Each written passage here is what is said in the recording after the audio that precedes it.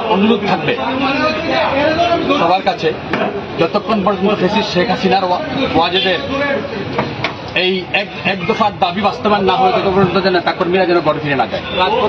আমরা রাজপথে আন্দোলন সংগ্রামে চালিয়ে যাওয়ার জন্য মহানগর স্বেচ্ছাসেবক দলের সকল সর্বস্তরের নেতাকর্মীদেরকে অনুরোধ করব, আমাকে আফতার খানকে গ্রেফতার করা হয়েছে, যদি সবাইকেও গ্রেফতার করা হয়, যেখানে কর্মীরা থাকবে সেখানেই যেন আন্দোলন করবে। আমরা বাংলাদেশের মাটির মানুষের জন্য সমস্যা নাই, আমরা দেশ এবং দেশের জন্য মানুষের ভোটাধিকার ফিরে পাওয়ার লক্ষ্যে আমরা আন্দোলন করছি। আমরা জনগণের অধিকার আদায়ের লক্ষ্যে আন্দোলন করছি।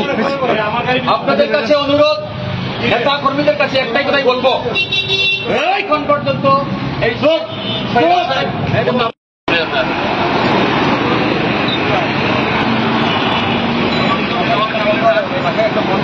বাড়ির পরিচয়টা কিতা? আমি আফসার খান, সদস্য সিলেট মহানগর স্বেচ্ছাসেবক। আজকে কি কোনো প্রোগ্রাম আসেনি আপনারা?